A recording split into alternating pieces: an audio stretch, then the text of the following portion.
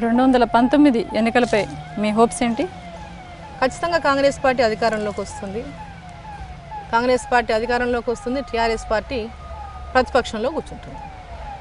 దానికి ఎలాంటి అనుమానం లేదు.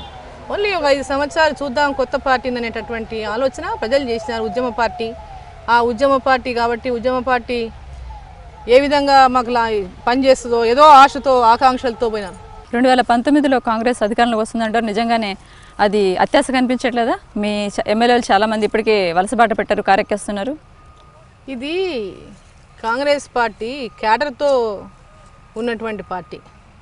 లీడర్ మాత్రమే కాదు, దీంట్లో లీడర్ ఈజ్ నాట్ లీడర్ ఒకటే ఉంటే ఉండేటటువంటి పార్టీ కాదు. ఇది cadre party Congress party. Leader పోయినా క్యాడర్ పోదు ఎక్కడికి.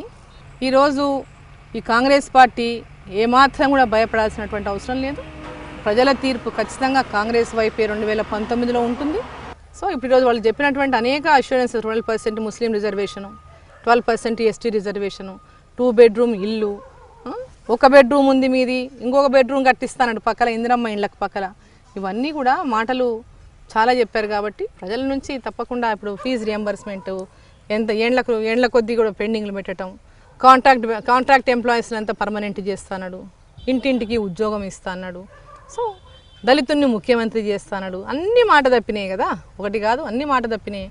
సో తప్పకుండా ప్రజల నుంచి ఆ తీర్పు అనేది 2019లో ఖచ్చితంగా కాంగ్రెస్ వైపు ఉంటుంది. సోనియా గాంధీ తెలంగాణ ఇచ్చింది. తెలంగాణ ఇచ్చిన సోనియా గాంధీకి, తెలంగాణ ఇచ్చిన కాంగ్రెస్ పార్టీ ఖచ్చితంగా కాంగ్రెస్ పార్టీకి ఓటేస్తారు, గెలిపిస్తారు.